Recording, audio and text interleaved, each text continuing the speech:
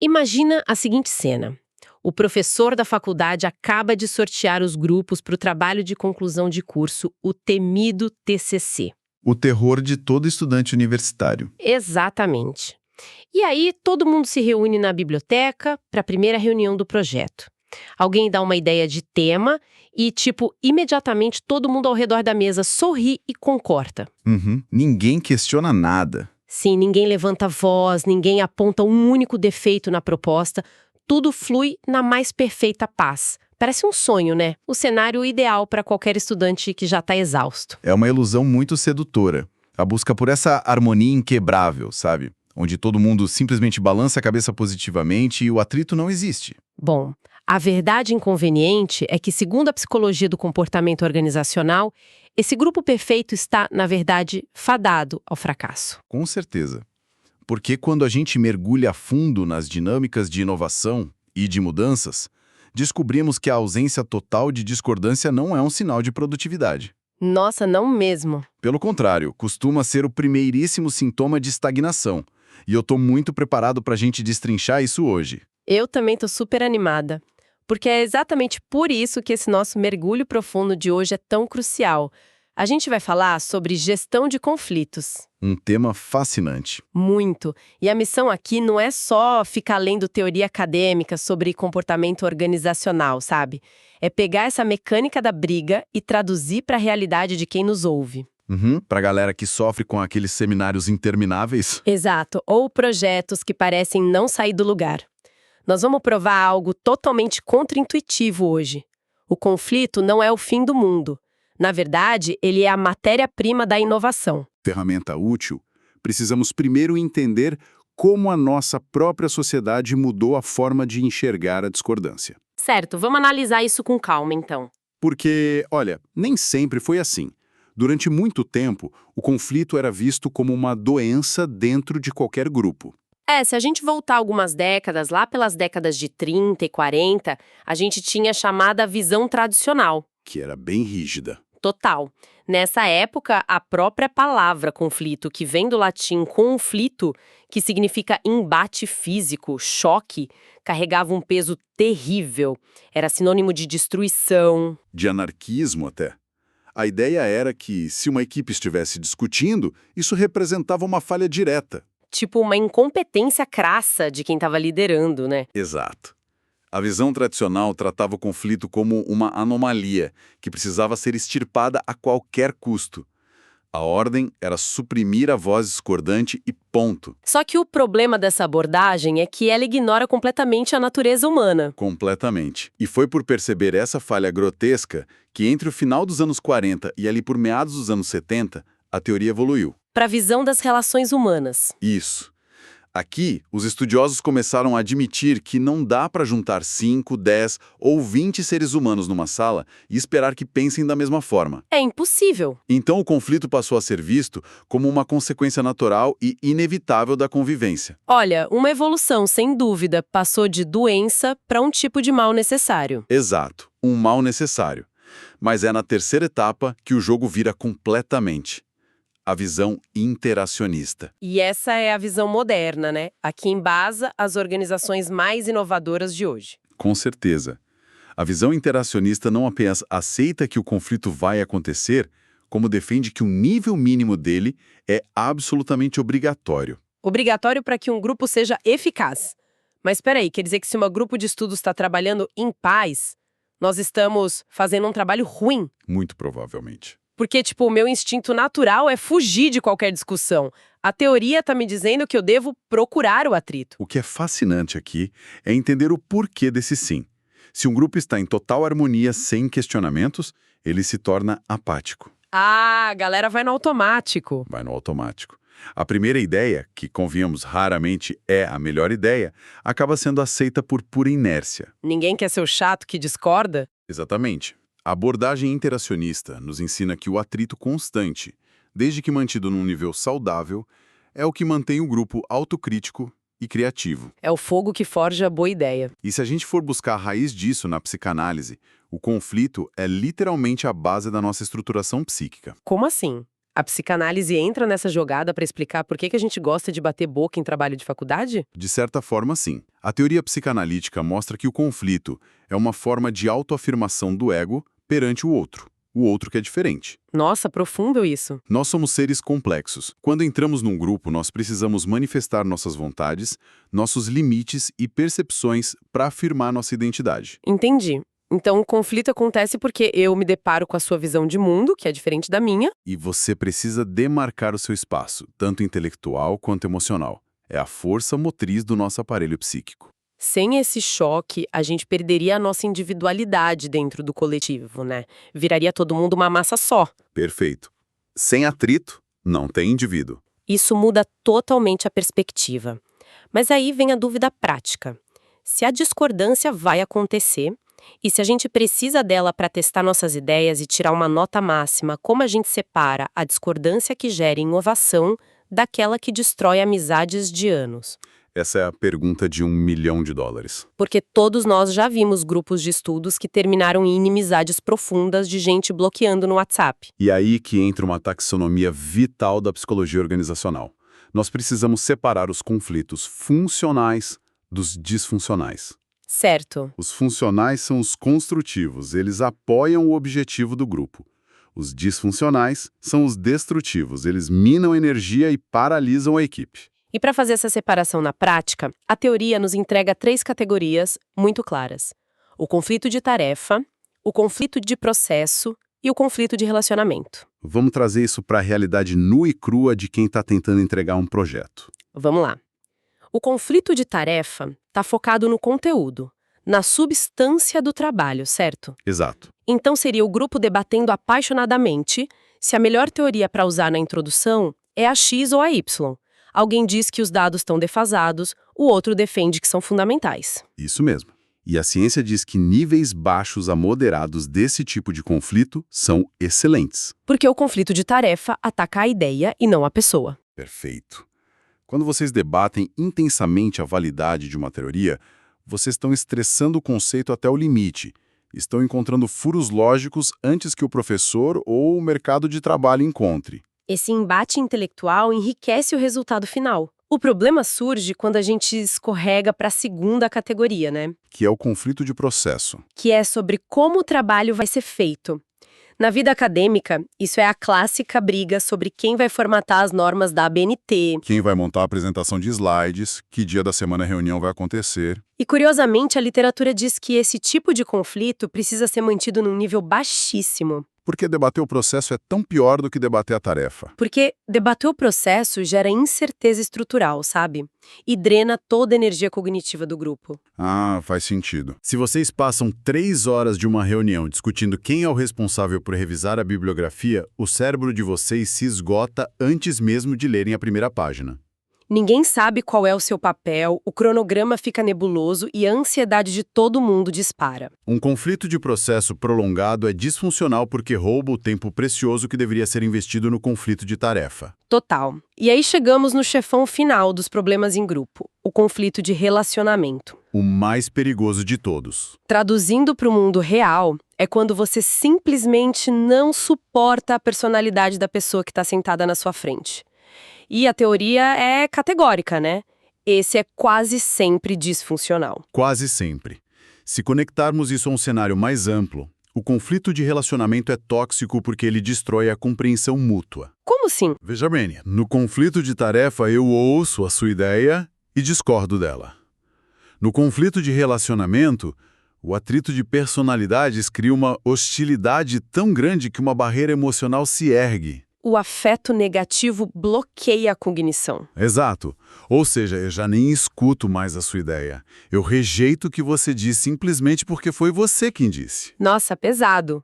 O processo de conflito deforma a percepção a ponto de qualquer atitude do outro ser vista como uma ameaça. É o fim da colaboração racional. E o que nos leva a uma mecânica muito sutil disso tudo.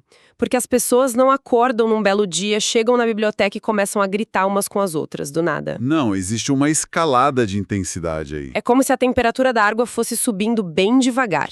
A literatura aponta que o conflito começa apenas como algo percebido. Nós racionalmente entendemos que temos objetivos diferentes, mas ainda não tem drama. É a fase fria. Tipo, eu quero focar em pesquisa qualitativa, você quer quantitativa. Ponto. Mas aí a temperatura sobe para o conflito experienciado. E esse, para mim, é o pior de todos. É aquele clima velado, sabe? Ah, o clima de tensão no ar. Sabe quando ninguém altera a voz, mas o ambiente fica pesadíssimo? Rola uma hostilidade oculta, olhares atravessados, um medo constante de falar e ser julgado. O conflito está sendo sentido nas entranhas, mas ninguém coloca na mesa. É o momento de maior tensão psicológica de um grupo. E a energia gasta para manter essa fachada de normalidade enquanto você ferve por dentro é exaustiva. Até que, inevitavelmente, a barragem se rompe e entramos na terceira intensidade, o conflito manifesto. Que é a briga de fato. É a interferência ativa, a discussão aberta, às vezes até a sabotagem explícita. O embate saiu das sombras. Isso levanta uma questão importante, sabe? Compreender essas intensidades nos prova que uma briga tem uma anatomia. Ela é um processo estruturado, não uma explosão aleatória. E os teóricos mapearam essa anatomia no famoso modelo de 5 estágios. Para entender como desarmar a bomba, a gente precisa ver como ela é montada. O estágio 1 é a incompatibilidade potencial, certo? Sim, é o terreno onde as sementes da discórdia são plantadas. E as fontes principais são falhas de comunicação, variáveis pessoais e a própria estrutura do grupo. Vamos detalhar como isso acontece. As falhas de comunicação não são apenas o e-mail não chegou. São falhas semânticas. Exatamente. As palavras têm pesos diferentes dependendo do background da pessoa. Tipo, se eu digo que o seu texto tá raso, no meu vocabulário acadêmico isso significa só que precisa de mais citações. Mas no seu filtro pessoal, você pode ouvir você é incompetente. O ruído está na interpretação. E a isso se somam as variáveis pessoais. A nossa educação, os nossos valores rígidos, a nossa percepção seletiva do mundo. E a estrutura. Esse é o ponto que mais me impressiona nessa teoria. A estatística mostra que o tamanho do grupo influencia diretamente no potencial de briga. Tem uma influência gigante. Então, tipo, se o professor determina que o seminário vai ser feito em grupos de 10 alunos, a própria estrutura matemática do grupo já dita que eles vão brigar, independentemente da simpatia de todo mundo. É uma dinâmica implacável de probabilidade. Não é que eles sejam pessoas ruins, mas um grupo grande multiplica exponencialmente as linhas de comunicação. São muitas conexões ao mesmo tempo. São 10 visões de mundo, 10 ritmos de trabalho e uma disputa quase inevitável por liderança. O tamanho grande cria a condição antecedente. É o quarto cheio de gás inflamável. Mas preste atenção numa coisa. Ter o potencial no estágio 1 não significa que a explosão vai acontecer. O fósforo só é riscado no estágio 2, que chamamos de cognição e personalização. E por que a gente personaliza tanto uma discordância? É a diferença entre eu perceber que a gente tem ideias divergentes e eu sentir a carga emocional disso, né? Se no estágio 1 eu notei que a comunicação falhou, é só no estágio 2 que eu fico irritada, ansiosa e levo para o lado pessoal. Exato. Porque o cérebro humano transforma um debate sobre qual livro usar no TCC numa ofensa à própria identidade. Porque o nosso cérebro, do ponto de vista evolutivo, tem uma dificuldade absurda em separar uma ameaça intelectual de uma ameaça social. E lembra da psicanálise que a gente citou? Exatamente isso. Quando uma ideia sua é rejeitada, o ego interpreta isso como uma diminuição do seu valor dentro da tribo. Nossa, faz todo o sentido biológico. A personalização é a virada de chave onde a frustração lógica se contamina com a insegurança pessoal.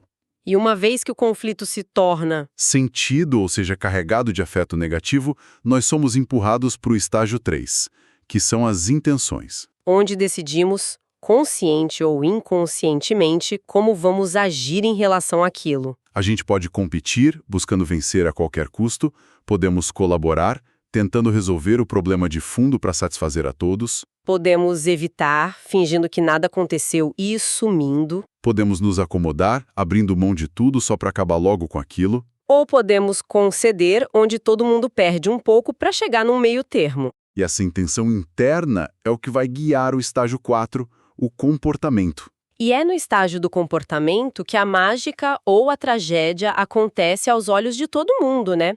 É a ação visível. E aqui, a gestão do conflito se revela uma verdadeira arte. Uma arte estratégica. Nós costumamos pensar no comportamento apenas como técnicas de resolução de problemas, tipo focar em metas superiores que exijam cooperação ou suavizar as diferenças para acalmar os ânimos. Só que as organizações mais inovadoras usam o estágio 4 para técnicas de estímulo de conflito.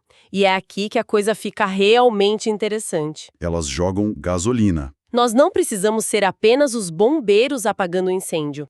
Se o conflito funcional é a lenha da inovação, nós podemos colocar mais lenha de propósito. E a teoria apresenta ferramentas incríveis para isso, como a figura do advogado do diabo. Uma ferramenta extraordinária para combater o chamado pensamento de grupo. Aquela apatia, onde todo mundo concorda só para manter a harmonia artificial que a gente mencionou lá no início. Exatamente. Nomear um advogado do diabo significa designar oficialmente alguém do grupo para ser o crítico contumaz. E qual a vantagem de fazer isso oficialmente? A função exclusiva dessa pessoa é encontrar furos lógicos, apontar fraquezas e questionar todas as premissas da maioria, sem o risco de ser rotulada como a chata da equipe. Porque esse é o papel oficial dela naquele momento, ninguém vai levar para o lado pessoal. Isso força a equipe a testar a robustez do próprio trabalho de forma muito rigorosa. O que garante que, ao chegar no estágio 5, que são as consequências, o grupo colha um resultado de excelência, com desempenho absurdamente maior, em vez de terminar na desagregação e no fracasso. Mas e se as coisas saírem do trilho? Pois é, digamos que a tensão no grupo do TCC está altíssima, os prazos estão curtos e a fogueira intelectual começou a queimar as cortinas da sala. Uma crise completa. Como a gente sobrevive a isso? Como nós negociamos a paz sem comprometer a qualidade de entrega? As estratégias de negociação e poder são os botes salva-vidas nesse momento. Quando a pressão sobe, a gente costuma recorrer a modelos muito distintos. A coação, que é usar a autoridade para forçar a vontade, a conciliação, que é ceder para manter a paz ilusória, o compromisso, dividindo as perdas, e a colaboração profunda. Mas a verdadeira virada de chave está em entender a diferença psicológica entre a negociação distributiva e a negociação integrativa. Vamos traduzir isso para o nosso cenário acadêmico? A negociação distributiva é regida pela mentalidade da escassez. O foco é o curto prazo e uma torta de tamanho fixo. É o clássico, olha, eu leio e resumo essas 50 páginas, você faz as outras 50, a gente junta tudo num arquivo e nem se olha na cara. É uma dinâmica puramente agressiva de quem vai fazer menos esforço no final. O que eu ganho, você perde. Perfeito. É cognitivamente muito mais fácil, mas o resultado final é sempre um Frankenstein fragmentado, um trabalho sem coesão. Em contrapartida, a negociação integrativa opera na mentalidade da abundância e do longo prazo. O objetivo não é fatiar a torta, mas sim expandir ela através de ganhos mútuos. Em vez de dividir capítulos isolados, o grupo senta, compartilha informações e constrói a tese em conjunto, de forma que todo mundo domine o conteúdo inteiro. A postura integrativa exige cooperação e uma imensa propensão para confiar na capacidade do outro colega. Mas vamos ser bem honestas aqui. Tentar manter uma postura integrativa, de confiança mútua, num grupo onde as ideias estão se chocando violentamente e os prazos estão estourando, olha, isso exige um estômago de aço. Exige mesmo. E é aqui que a psicologia organizacional nos apresenta o superpoder necessário para não enlouquecer. A resiliência. Só que não é a resiliência de para-choque de caminhão que a gente está acostumado a ouvir por aí, não. Não mesmo. A definição técnica de resiliência no comportamento organizacional não tem nada a ver com aguentar desaforo calado ou ser submisso. Isso seria apenas a intenção de acomodação, né? Exato. A verdadeira resiliência é a capacidade de manter um equilíbrio dinâmico frente às dificuldades. É conseguir reagir com flexibilidade perante a pressão. Ou seja, a resiliência acadêmica e profissional é eu ser capaz de entrar numa reunião, participar de um conflito de tarefa pesadíssimo, ter a minha principal teoria triturada pelo colega que está atuando como advogado do diabo, sentir o baque natural disso e ainda assim sair dessa sala com a minha capacidade emocional intacta. Pronta para ir tomar um café com essa mesma pessoa e colaborar na próxima etapa do projeto. É transitar pelo fogo das 5 fases do conflito sem derreter. Essa é a síntese perfeita. É a flexibilidade de absorver o embate intelectual sem permitir, em hipótese alguma, que ele contamine o relacionamento pessoal. E quando você atinge esse nível de maturidade, você deixa de ser uma vítima das tensões do grupo e passa a ser o arquiteto da inovação. Uau! É uma mudança de postura que define carreiras. Então, o que tudo isso significa para quem está nos ouvindo hoje, para a galera que vive o drama do ensino superior ou daquele comecinho de carreira, a grande revelação é que aquele trabalho em grupo estressante, com colegas de visões polarizadas, não é um castigo divino. É, na verdade, um laboratório perfeito. E é um laboratório seguro para treinar. Porque as empresas dinâmicas dessa nova era pós-industrial não estão em busca de funcionários dóceis que apenas dizem sim e balançam a cabeça para tudo. Ninguém quer mais o grupo perfeito do começo da nossa história. O mercado exige líderes. E liderar significa ter a destreza de mapear os ruídos semânticos de comunicação, identificar intenções veladas, aplicar a negociação integrativa e extrair as ideias mais brilhantes de dentro do caos. Quem não treina essas habilidades nas salas de aula ou nos projetos menores da faculdade, chega no mundo real completamente despreparado para a complexidade da condição humana. Mas sofrer muito mais depois. Com certeza. E isso nos deixa com um pensamento final muito provocativo para ecoar nas próximas reuniões de quem acompanha a gente. Nós abrimos esse mergulho profundo imaginando a equipe perfeitamente harmoniosa, o grupo de TCC onde ninguém levanta a voz. O falso sonho. Mas depois de entendermos a necessidade biológica e organizacional do atrito funcional, pensem nisso. Se um grupo de estudantes ou até mesmo os diretores de uma grande multinacional passam um ano inteiro trabalhando juntos, sem registrar um único conflito sequer, será que eles realmente alcançaram o nível mais elevado de iluminação e harmonia? Ou será que o medo da rejeição e o pavor de ferir egos criaram um silêncio tão confortável que mais cedo ou mais tarde vai destruir a inovação dessa equipe de dentro para fora? Fica a reflexão para vocês mastigarem durante a semana. Continuem sempre dissecando as dinâmicas ao redor de vocês, questionando as unanimidades fáceis e mergulhando fundo no conhecimento. Até a próxima, pessoal! Um abraço, até mais. Imagina ter a ideia do século. Aquela epifania rara e maravilhosa que resolve um problema gigante do mercado. O sonho de todo mundo que trabalha com inovação. Pois é. A ideia toda detalhada, transformada num projeto brilhante, levada lá para a diretoria e... simplesmente morre de forma silenciosa na gaveta de alguém. E morre porque não se encaixa na planilha padrão de orçamento daquele trimestre. Nossa, isso é o que eu chamo de cemitério corporativo de boas ideias. Acontece todo dia. Exatamente. E hoje, na nossa imersão de hoje, a gente vai mergulhar direto nesse cemitério. Vamos dissecar trechos de material acadêmico muito profundo sobre gestão para inovação, mudanças e conflitos.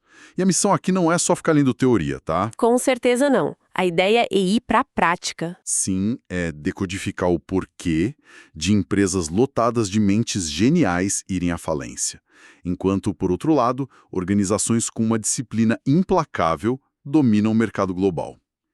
Para quem dedica a vida aos estudos de gestão e negócios, entender essa mecânica não é apenas teoria, sabe? É sobrevivência. É ter acesso ao código-fonte de como o mercado opera de verdade. E essa mortalidade das ideias que você mencionou, ela é o sintoma mais claro de uma confusão conceitual muito perigosa.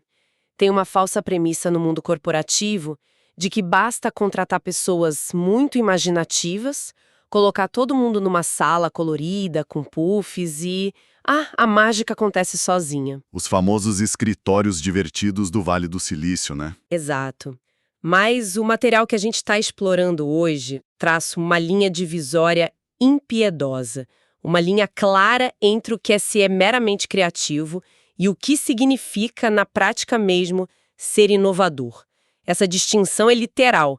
É a diferença entre ser só uma nota de rodapé na história do mercado ou se é a empresa que redefine as regras do jogo. E o mais curioso, assim, o mais genial para mim, é como esse texto original decide introduzir o assunto.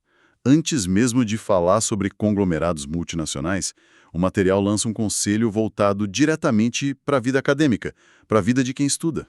Sim, ele começa de um jeito super próximo da realidade do aluno. Ele fala do perigo daquela correria caótica, sabe?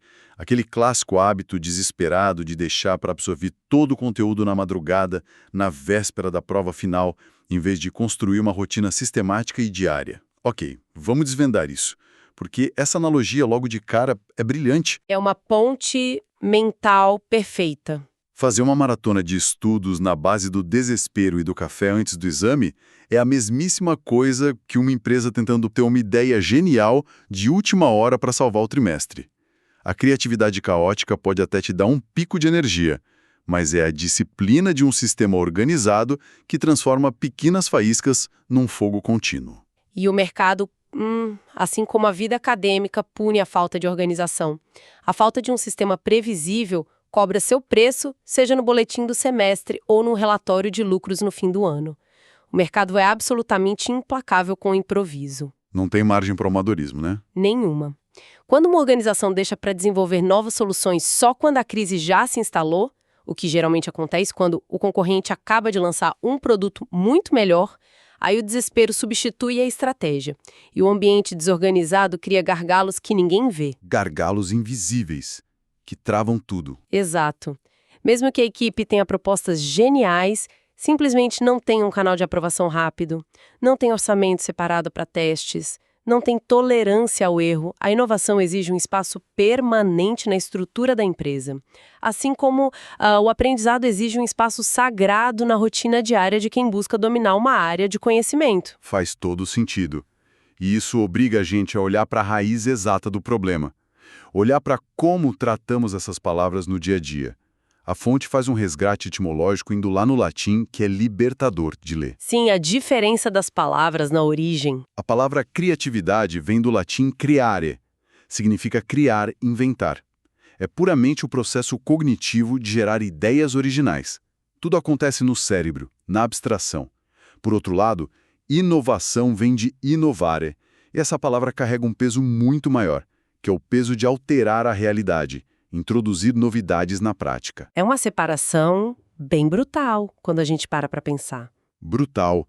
A criatividade imagina, que é possível voar.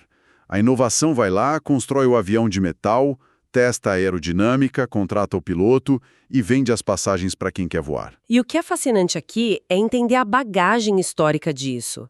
Essa separação explica direitinho por que a administração tradicional tinha tanto pavor da palavra criatividade. Durante muitas e muitas décadas, o pensamento original carregava um estigma corporativo muito negativo. É mesmo. Era visto como algo ruim. Era visto como falta de foco. A criatividade era um atributo exclusivo das belas artes, da música, do teatro. Era, sei lá, considerada algo místico, incontrolável. E o pior de tudo para um gestor do século XX era inquantificável. Como não dava para colocar a imaginação numa linha de montagem previsível, ela não tinha valor financeiro reconhecido pelas empresas. Nossa, então a galera de negócios ignorava solenemente quem era imaginativo.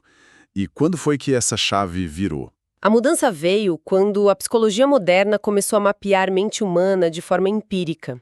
O autor Rickards, no texto de 2007, lembra muito bem disso. A psicologia catalogou a capacidade de resolução de problemas não lineares como uma habilidade cognitiva de qualquer ser humano. E foi com essa validação científica que o mundo dos negócios começou a prestar atenção e tentar estruturar a imaginação. Para fixar esse conceito na mente de quem ouve, de um jeito bem prático, eu montei uma analogia. Imagina a seguinte situação. A criatividade é escrever a receita de um prato incrível na sua cabeça. Sabe, misturar ingredientes que ninguém nunca testou, é o criare. A receita no papel, que é linda. Sim, mas saber a receita não alimenta absolutamente ninguém. A inovação é ir para a cozinha. A inovação é o trabalho ingrato de ir para uma cozinha industrial cheia de gente, lidar com o fornecedor que atrasou as cenouras, o forno que quebrou no meio do jantar, coordenar a equipe sob pressão absurda e, no fim, servir a refeição e convencer as pessoas a pagarem por ela. Perfeito. E a parte mais cruel dessa cozinha corporativa é que o mercado não perdoa uma falha na execução. Não importa quão brilhante era a receita original no papel. É por isso que a literatura foca intensamente na implementação, porque é na prática que a geração de valor real acontece. A ideia pura sem ação não serve para nada, né? Exato. Sem a capacidade de resolver um problema palpável ou de alterar um sistema que já existe, a ideia mais genial do mundo é só um exercício de imaginação isolado. A inovação exige muita transpiração para confrontar a ideia com as regras físicas e econômicas da realidade. Mas olha só que coisa maluca. Se a gente sabe que a inovação é a ideia testada na prática, a ferro e fogo, tem algo muito paradoxal acontecendo agora. De repente, as organizações no mundo todo começaram a agir com um desespero quase neurótico sobre isso. O texto aponta que elas estão gastando fortunas em programas de treinamento para ensinar os próprios funcionários a terem ideias de novo. Sim, virou a prioridade número 1 nos orçamentos de RH. Mas por que isso virou questão de sobrevivência assim, da noite para o dia? O gatilho foi a velocidade, a aceleração exponencial e bizarra do mercado global. Até pouquíssimas décadas atrás, os processos tradicionais baseados na repetição funcionavam perfeitamente. O mercado era lento, era estável, mas quando as fronteiras caíram e a internet conectou tudo, o volume de problemas totalmente inéditos explodiu. O cenário mudou e pegou todo mundo de surpresa. E o Alencar, no texto de 1996, mostra bem isso. As empresas começaram a enfrentar crises para as quais não existia uma nova instrução. A eficiência da rotina já não resolvia nada. Os manuais de burocracia perderam a validade simplesmente porque a doença começou a mutar muito mais rápido que o remédio. A repetição não cura um problema que ninguém nunca viu. Precisamente. E quando não tem regra prévia, a única saída é a ação criativa imediata. A sobrevivência corporativa passou a depender puramente da capacidade técnica de gerentes e engenheiros de inventarem soluções do nada. A velha ordem de só seguir o processo virou uma passagem direta para a falência. Mas aqui eu tenho que fazer um questionamento direto, um belo pushback para o material. E para o comportamento dessas corporações também. Vamos lá, manda a provocação. Pensa comigo. Se todo ser humano nasce com um potencial cognitivo para criatividade, como a psicologia já provou, não é um contrassenso ridículo que as corporações criem regras super rígidas que esmagam essa criatividade para logo em seguida gastarem milhões ensinando as pessoas a serem criativas de novo? Nossa, isso levanta uma questão importante e muito central do texto. Porque é como pegar um piloto de Fórmula 1, obrigar o cara a andar a 20 por hora dentro da empresa por anos e depois pagar um coach para ensinar ele a ser rápido. É a maior ironia da administração moderna. As empresas precisam gastar para compensar a cultura anticriativa que elas mesmas criaram e validaram por décadas. O modelo antigo de comando e controle foi feito para eliminar qualquer variação. Ele garante a conformidade, punindo o desvio. E punindo a pessoa que tenta fazer diferente. Exato. O problema é que, ao punir o erro e recompensar a obediência cega, as empresas condicionam os profissionais a esconderem seus talentos. E a Amabile, num texto de 1997, deixa isso cristalino. Sem um clima organizacional que permita a liberdade, a inovação morre antes de nascer. Se a pessoa sabe que vai virar piada ou perder o emprego se tentar algo novo, o instinto de autopreservação vence. O ambiente extermina o risco. É um paralelo assustador com algumas armadilhas do sistema educacional tradicional, viu? Onde a memorização para passar uma prova acaba sendo mais premiada do que a capacidade de fazer uma pergunta que ninguém fez. Com certeza, a mecânica de punição é muito parecida. Mas vamos imaginar que a empresa acordou. Ela quebra a maldição, desmonta a burocracia limitante e cria um ambiente onde a criatividade respira. Quando essa inovação finalmente sai do papel, que forma ela toma? Porque parece que inovar é sempre construir o robô do futuro. Toda inovação tem que ser algo revolucionário. Não, de forma alguma. E entender a mecânica dos graus de inovação é essencial. Mas antes, a gente precisa falar do conceito clássico do Schumpeter, lá de 1961, que é a destruição criativa. Destruição criativa. O nome já é pesado. É brilhante. A lógica é que o desenvolvimento econômico exige que você destrua ativamente ideias e produtos velhos para criar espaço e recursos para o novo. É uma troca de pele constante do mercado. E com base nisso, autores como Calantoni, e Garcia, e Droge e outros dividiram a inovação em 3 grandes blocos. O primeiro é a inovação incremental. Que é onde a grande maioria das empresas foca hoje, né? O porto seguro. Exatamente. É o ajuste fino, a melhoria de algo que já existe. Aqui é onde fica realmente interessante. Para ficar visual, imagine os celulares. A inovação incremental é quando a marca lança um aparelho novo no ano seguinte, mas a única diferença real é uma câmera ligeiramente melhor e uma bateria que dura 10 minutos a mais. Isso. Risco baixíssimo e mantém a receita entrando. Mas aí temos o segundo grau, a inovação fundamental. Essa tem uma dinâmica diferente, porque ela nasce de uma demanda direta da sociedade ou do cliente. O mercado bate na porta e exige. Ah, tipo quando não existia aplicativo de carona, mas os táxis eram tão caros e difíceis de achar que as pessoas imploravam por uma alternativa conectada no celular. Exato. A empresa cria algo novo, não por um delírio futurista, mas para tapar um buraco urgente de demanda. E aí, a gente chega na terceira categoria, que é a inovação radical. E aqui o jogo é outro. A inovação radical não pergunta o que o mercado quer, porque o mercado simplesmente não sabe o que é possível. Pegando a analogia do celular de novo, a inovação radical não é melhorar a lente da câmera, é inventar o próprio conceito de um computador de bolso sem botões físicos, com tela de vidro, quando o mundo inteiro ainda achava que o normal era usar aquele telefone de disco ligado na parede. Perfeito. Ela destrói o conceito anterior por completo. O Peter Drucker, em 2002, diz que a inovação é um instrumento específico dos empreendedores justamente por isso. Eles usam essa capacidade radical de explorar a mudança como uma janela para construir um negócio inteiramente novo sobre as cinzas do antigo. Mas aqui eu confesso que meu cérebro travou num detalhe da teoria. Imagina que uma empresa lançou esse primeiro smartphone, fez uma inovação radical externa, revolucionou o mercado e está ganhando bilhões.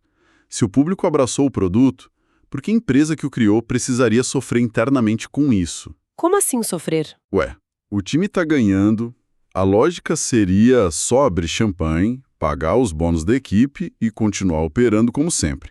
Porque toda essa literatura de mudança diz que lançar um produto novo chacoalha as estruturas dentro da empresa. Porque a estrutura organizacional que fabricava telefones de disco é completamente incompetente para manter um ecossistema de smartphones. E o material usa a revisão de literatura do May, de 2001, para mostrar um modelo cíclico de mudança. É um ciclo agressivo. Um efeito dominó, então? Literalmente. A criatividade, seja ela de dentro da equipe ou comprada de fora, é o input, é a entrada. Quando essa ideia ganha pernas e é implementada no mundo real, ela vira inovação. E o ponto cego das empresas é não perceber que essa inovação externa, quando bate no mercado, reflete de volta para dentro e obriga a empresa a mudar estruturalmente. Mas será que dá para uma empresa lançar uma inovação super radical lá fora, mas passar só por uma mudancinha incremental aqui dentro? Se conectarmos isso ao cenário maior que o texto propõe, a resposta é não.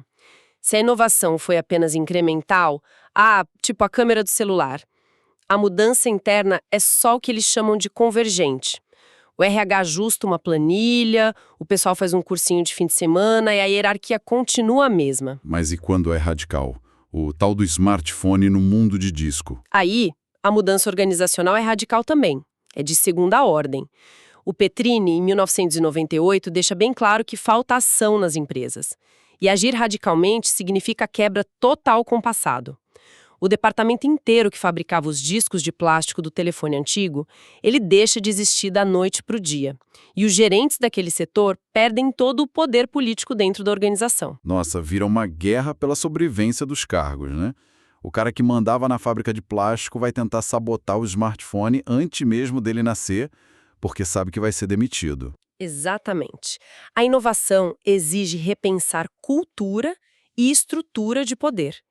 E é por isso que os líderes são a peça fundamental desse xadrez, como Benedetti e Carvalho explicam num artigo de 2006. Eles são a válvula do ciclo. O líder é quem funciona como inibidor ou grande estimulador da inovação. Se o líder não proteger a equipe do projeto novo com orçamento e escudo político contra os gerentes antigos que estão com medo de perder a cadeira, o ciclo para, a ideia morre e a empresa fica para trás. O papel da gerência é vital. Se a liderança vacilar, a força conservadora da corporação esmaga o processo criativo só para proteger as métricas de lucro do trimestre atual. Eles sacrificam o futuro da empresa para proteger os bônus do mês. Então, o que tudo isso significa no fim das contas? Significa que o sucesso no mercado não se trata só de ser a pessoa com o caderno mais cheio de ideias originais. O domínio do criare, por si só, é só o ingresso da festa. Sem o inovare, você não dança. Exatamente. O diferencial é dominar a disciplina pesada, a estruturação e a ousadia de colocar essas ideias em prática, alterar a realidade. E para quem estuda gestão, para quem está com a cara nos livros ou nos materiais, entender essa teoria toda é vital para não ver a ação sonhador quando chegar no mercado de trabalho. Tem que ser um executor, né? Tem. Alguém capaz de navegar politicamente e hackear essa cultura anticriativa que paralisa as grandes corporações tradicionais. É usar a teoria como um mapa de guerra corporativa. Com certeza, o conhecimento prático aqui é a sua melhor armadura. E já que a gente puxou tanto o lado do desenvolvimento através do conflito com o velho, eu quero me despedir deixando um pensamento bem provocativo, uma pulga atrás da orelha para quem nos acompanha. Opa, adoro. Manda aí.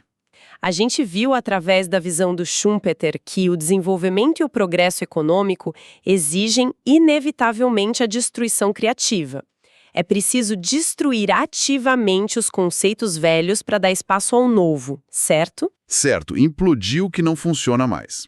Então a minha pergunta é: quais práticas totalmente ultrapassadas e engessadas do nosso atual sistema de ensino precisam ser urgentemente destruídas? O que precisa sumir da sala de aula para que a próxima geração de estudantes não perca toda a sua criatividade natural antes mesmo de ter a chance de chegar no mercado de trabalho? Uau! É uma senhora pergunta para encerrar nossa imersão de hoje. Fica a reflexão aí para todo mundo. Sabe, geralmente quando a gente pensa em grandes invenções, a nossa mente vai direto para aquela imagem de um raio caindo do céu, né? Aham, aquela coisa mágica. Exato. É aquela faísca mágica, um momento eureka debaixo do chuveiro, ou tipo a maçã caindo na cabeça do Isaac Newton. Existe meio que essa expectativa cultural, quase um folclore corporativo mesmo. Sim, de que o sucesso nos negócios é basicamente ficar num campo aberto esperando a genialidade bater. Pois é, segurando uma haste de metal e rezando pro raio atingir a empresa e resolver todos os problemas do mercado de uma vez só. E a gente adora romantizar esse evento isolado, né? A narrativa do gênio solitário que tem uma epifania de madrugada e acorda e muda o mundo no dia seguinte. Isso rende ótimos roteiros de cinema. Com certeza. Mas olha, na prática corporativa, depender de epifanias é uma estratégia de negócios simplesmente terrível. Não dá para alimentar uma cidade inteira dependendo de raios aleatórios caindo do céu. Você precisa construir uma rede elétrica, né? Uma infraestrutura constante. Isso, um sistema de geração contínua. E é exatamente por isso que, na nossa análise aprofundada de hoje, a gente vai explorar uma visão muito mais madura sobre esse tema. Vamos tirar a inovação desse pedestal intocável, certo? Exatamente. A nossa missão hoje é entender a inovação como uma abordagem completa. O nosso foco é destrinchar como isso opera no âmbito das organizações, usando as perspectivas de um texto base excelente da professora Jaqueline Mazzoni, além de especialistas como Tidd, Bessant, Christensen e dados reais de mercado. E o que é fundamental a gente estabelecer desde já é que, bom, desde a década de 1970, a inovação deixou de ser um mero luxo. Não é mais só um diferencial de marketing, né? De jeito nenhum. Ela passou a ser uma questão absoluta de sobrevivência. Como a gente saiu da ideia de criar coisas novas de vez em quando para a necessidade de gerenciar o novo de forma sistêmica e integrada. É a diferença entre ter um departamento de pesquisa escondido no porão e ter uma cultura que respira adaptação, certo? Vamos empacotar isso. Porque se a premissa é que a inovação precisa ser uma abordagem completa, o primeiro obstáculo que a gente encontra é puramente conceitual, né? Sim, a confusão clássica. Existe uma confusão gigantesca no mercado entre inovação e invenção. Antes de instalar a rede elétrica, a gente precisa saber o que é eletricidade. E essa confusão, olha, não é apenas semântica, ela é incrivelmente cara para os negócios. Quando a gente olha para as definições de pesquisadores como Govindarajan e Trimble, a linha divisória fica muito clara. Aham. A invenção é pura e simplesmente o ato de criar ou desenvolver um novo produto ou processo. É você trazer uma novidade para a existência, seja no mundo físico ou no digital. E isso por si só não garante absolutamente nada, né? Nada. Os laboratórios de pesquisa estão lotados de patentes brilhantes acumulando poeira. A inovação, por outro lado, é o processo contínuo de transformar essa invenção em um produto comercial. Ou num modelo de negócios viável, né? Exato, viável e escalável. A simples existência técnica de um produto não é inovação até que o consumidor possa usá-lo. E, mais importante, até que gere valor econômico ou estratégico para a organização. Entendi. Para o pessoal que está nos ouvindo visualizar isso melhor, tipo a diferença entre você criar uma receita incrível de bolo na sua própria cozinha, daquelas que a família inteira adora. Aham, o talento puro. Isso. O talento e a criatividade fazem a receita na cozinha, mas a inovação seria conseguir abrir uma confeitaria de sucesso. É a confeitaria inteira funcionando, a logística da farinha, o treinamento do pessoal. Garantir que o milésimo bolo tenha o sabor do primeiro. Exatamente. E que no fim do mês a operação dê lucro. Eu adicionaria uma ressalva importante a essa analogia, que a torna ainda mais complexa no mundo real. Não se trata apenas da confeitaria funcionar perfeitamente do ponto de vista operacional. Tem a questão da demanda. Pois é. A inovação exige que as pessoas realmente queiram comprar aquele bolo específico, naquele formato e por aquele preço. É o encaixe perfeito com o mercado. O que é fascinante aqui é que grandes estruturas burocráticas geralmente são excelentes em otimizar a confeitaria. Mas péssimas em deixar o padeiro inventar moda, né? Sim, péssimas em permitir que o padeiro teste ingredientes novos sem ser punido se a massa desandar. Burocracias pesadas tendem a sufocar o talento humano. O surgimento de ideias exige ambientes com certa autonomia, o que me leva a uma dúvida muito natural. Quando a gente escuta a palavra inovação, o cérebro projeta imagens grandiosas, tipo carros autônomos, inteligência artificial curando doenças. O padrão blockbuster. É, o blockbuster da tecnologia. Mas se a inovação é essencialmente gerar valor prático a partir da invenção, toda inovação precisa ser um evento que mude a humanidade. Porque se o sarrafo for tão alto assim, quase ninguém é inovador. Esse é um dos mitos mais paralisantes que existem. Felizmente, o espectro da inovação é muito mais amplo. Se a gente observar as classificações do Fórum de Inovação da Fundação Getúlio Vargas, a gente vê que a inovação acontece em várias frentes paralelas. Tem a de produto, que é óbvia, né? Isso, a inovação de produto ou serviço é a mais visível. Mas há também a inovação de processos, que é encontrar formas radicalmente mais baratas ou rápidas de produzir algo que já existe. E a inovação de negócios, tipo mudar de venda avulsa para assinatura. Mas tem uma no material que me chamou muita atenção, que é a inovação em gestão. Ah, sim, as estruturas de poder. Pois é. O simples fato de você alterar quem toma as decisões e como o fluxo de aprovação funciona já é classificado como inovação. Isso desmistifica muito a coisa. Mudar o organograma para responder mais rápido ao cliente é inovar. Sem dúvida. E olha, além dessas categorias da FGV, a divisão mais crucial para a sobrevivência das empresas foi mapeada pelo professor Clayton Christensen. A clássica divisão entre radical e incremental. Exatamente. A radical, ou disruptiva, é aquele abandono claro das práticas anteriores, tipo a linha de montagem do Henry Ford. Que não só melhorou a carruagem, mas mudou a lógica inteira do transporte. Ou o Windows da Microsoft nos anos 80. Eles viraram a mesa. E na outra ponta, a gente tem a inovação incremental, que foca em pequenas melhorias. Como otimizar o sistema de refrigeração de um motor. Perfeito. Mas espera aí. Aqui entra um paradoxo que eu fiquei quebrando a cabeça.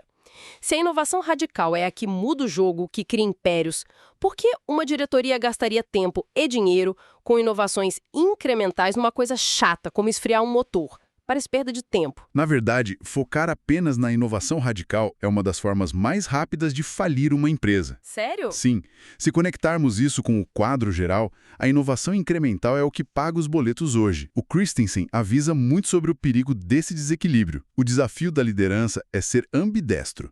Você explora o novo, mas precisa sugar o máximo do negócio atual. Cenário para sua casa, usando os tijolos que estão segurando as paredes agora. A casa desaba antes do teto ficar pronto. Exato. E o maior risco nem é a casa desabar fisicamente, mas a paralisia que isso gera. O que mais mata a inovação radical é a insistência em usar as réguas antigas. Se uma empresa tem um produto que dá 30% de margem de lucro e alguém propõe um modelo novo que no início dá só 5%, A diretoria vai olhar e falar que é um negócio horrível. pois é, eles matam a ideia nova porque ela não bate as metas do produto antigo. E aí vem uma startup, lança esse modelo de 5%, domina o mercado novo e engole a empresa tradicional. Nossa, isso nos leva direto para a parte do material que eu achei mais impressionante. Aqui é onde a coisa fica realmente interessante. A gente sabe o que é inovação, conhece as métricas, sabe que tem que ter abordagem completa. Então, por que as grandes corporações continuam falhando miseravelmente? O estudo da IBM. Esse mesmo de 2006. Eles entrevistaram 765 presidentes de empresas globais, o topo da cadeia alimentar. E os resultados são uma aula. Quando a IBM perguntou para esses CEOs quais eram os maiores obstáculos práticos, a expectativa natural seria culpar o mercado, né? A economia, o governo, os impostos, a tecnologia que não chegou. Mas a resposta foi o exato oposto. A esmagadora maioria apontou a cultura e o clima interno como as principais barreiras. O grande predador da inovação não estava lá fora na concorrência. Estava no escritório ao lado. Eu achei isso um tapa na cara. É literalmente reclamar que a chuva lá fora está inundando a sala, quando na verdade a janela está aberta. O perigo é interno. Totalmente interno.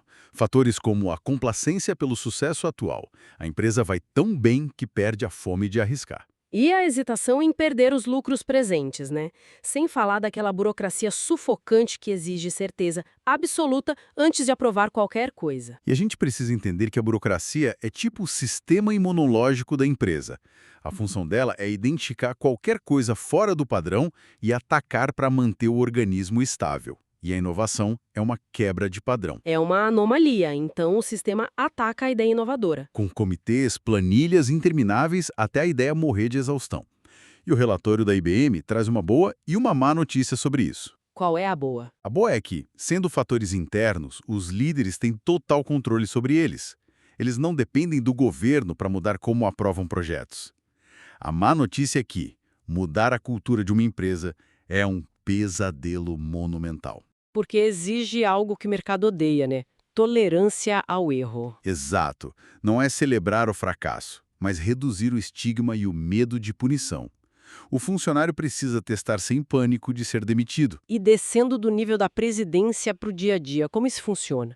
Tipo, o que faz uma pessoa comum, lá na sua mesa, se expor e sugerir uma ideia maluca num ambiente que muitas vezes é hostil. Quem é que conserta isso? É aí que entra o papel da liderança direta, muito bem documentado nos estudos do TID de 2008. Ele mostra que o líder imediato é o melhor termômetro de inovação. Mas o líder não precisa ser o gênio criativo. O papel dele é ser um escudo. Um escudo contra a própria empresa. Basicamente, pensa num gerente de nível médio. O bônus dele depende de bater metas de eficiência. Se a equipe para a operação normal para testar uma ideia e ela falha, a eficiência cai. E o gerente perde o bônus de fim de ano. Isso. Então, o incentivo natural dele é esmagar qualquer tentativa de inovação da equipe. O papel do líder sênior é atuar como esse escudo, alterando as regras e protegendo os comportamentos inovadores contra a pressão do curto prazo. E por falar em incentivos, a gente precisa falar do ranking da revista Exame, de 2006. Eu fiquei em choque com o que realmente motiva os colaboradores a inovar. A gente acha que o dinheiro compra tudo, né? A velha premissa industrial. A gente acha que se pagar mais, a pessoa tem mais ideias. Mas os números mostram o contrário. Acredita que aumento de salário ficou só em quinto lugar. Com 9%, se não me engano. Isso, 9%. E a promessa de promoção ficou em último, com uns 6%. Quer dizer que dar um bônus financeiro não é o principal gatilho. E isso levanta uma questão importante sobre o que domina o topo dessa lista. São fatores totalmente intrínsecos. O primeiro lugar, com 34%, é a satisfação pessoal. O segundo é a contribuição para o crescimento da empresa. E o terceiro, olha que prático, é facilitar o próprio trabalho. As pessoas querem se sentir úteis. Pois é. Isso comprova que as pessoas querem propor melhorias porque têm uma necessidade de autonomia. Elas querem ser donas do ambiente delas. Mas para isso acontecer, tem que haver segurança psicológica. Se a cultura é baseada no medo do ridículo, nenhum bônus vai fazer a pessoa dar a cara a tapa. Exato. Se ela sabe que vai ser ouvida com respeito, ela contribui. Bom, a gente puxou muitos fios hoje. Separamos invenção de inovação, passamos pelo equilíbrio do radical e incremental, vimos que a cultura interna é o maior obstáculo e que a motivação real não vem só do contra-cheque, mas de um ambiente seguro guiado pela liderança. E o que tudo isso significa no fim das contas? Significa que a gente volta para o nosso conceito principal. O grande desafio que os autores como Ted, Besant, Pavitt, Govindarajan deixam claro é que a inovação não pode ser um evento isolado. Não dá para terceirizar para uma sala de vidro bonitinha no fim do corredor. Tem que ser uma prática sustentável e sistêmica, distribuída pela organização inteira. O que derruba aquele mito do teatro da inovação, né? Colocar uma caixa de sugestões na parede, uns puffs coloridos e achar que a empresa agora é inovadora. Esse teatro é perigoso porque dá a sensação falsa de dever cumprido. A inovação com uma abordagem completa precisa estar no núcleo da estratégia de negócios, com um mapeamento impiedoso das barreiras internas. Se a missão diz para inovar, mas o RH pune quem gasta tempo pesquisando, a burocracia vence. É um trabalho de jardinagem organizacional constante. Com certeza. E para encerrar, eu queria deixar uma provocação para quem nos acompanha aplicar na própria realidade. A gente viu que a pressão por resultados imediatos inibe a inovação. Sim. Pensando na nossa obsessão moderna com métricas diárias e relatórios de curto prazo, será que a gente não está, neste exato momento, matando as ideias que salvariam os nossos negócios daqui a 5 anos? Nossa, uma reflexão e tanto. É para deixar o pessoal pensando mesmo. Observem seus ambientes com essa perspectiva. Fica o convite para nossa audiência avaliar: a empresa de vocês está esperando um raio cair ou está construindo uma rede elétrica de verdade. Lembrem-se que o conhecimento só tem valor quando a gente aplica na prática. Muito obrigada pela companhia, pessoal, e continuem questionando as certezas. Até a próxima. Certo, vamos destrinchar isso porque, olha, sabe o que é genuinamente assustador quando a gente olha para o mundo corporativo atual? Ah, os números de fracasso com certeza. É assustador mesmo. Exatamente. A estatística brutal de que a imensa maioria das grandes iniciativas de mudança organizacional simplesmente, fracassa miseravelmente. Pois é. E a gente está falando de bilhões em investimentos jogados pelo ralo. Bilhões. Equipes inteiras que ficam completamente desmotivadas e empresas gigantescas perdendo o bonde da história. E o paradoxo central que a gente vai investigar na nossa análise aprofundada de hoje é justamente este, né? Vivemos numa era de aceleração tecnológica, uma turbulência implacável, onde a capacidade de evoluir rapidamente é infinitamente mais valiosa do que possuir uma operação perfeita e estática, né? Exato. Todos os conselhos de administração sabem disso. Os gestores, sabem disso. Mas quando a mudança bate a porta, a resistência interna é feroz. Muito feroz. E o nosso objetivo aqui, para quem acompanha o nosso mergulho profundo, é entender a anatomia dessa resistência. E, claro, como superá-la através do que as fontes chamam de uma abordagem completa. O que é fascinante aqui é observar que, historicamente, a nossa compreensão sobre o que significa mudar era extremamente rasa, sabe? Como assim rasa? Superficial? Isso. Se a gente olhar para as práticas de gestão corporativa até meados da década de 70, a mudança era tratada quase como um exercício de engenharia mecânica. Trocar as peças de um motor. Perfeito. Alterava-se o organograma, fundiam-se 2 departamentos, mudava-se o título de um diretor e pronto. A liderança acreditava que a empresa havia se transformado. Resolvido num passe de mágica de RH. Exato. Mas, a partir dos anos 80, ficou dolorosamente claro que você pode redesenhar a arquitetura física e processual de uma organização inteira, Mas se não alterar as crenças, os valores e os modelos mentais das pessoas, O resultado prático é zero. zero. A mudança real não acontece no papel, né? Ela acontece na psicologia diária da operação. E é exatamente aí que a teoria colide com o que eu costumo chamar de imunologia corporativa. Imunologia corporativa, gostei do termo. Pensa comigo.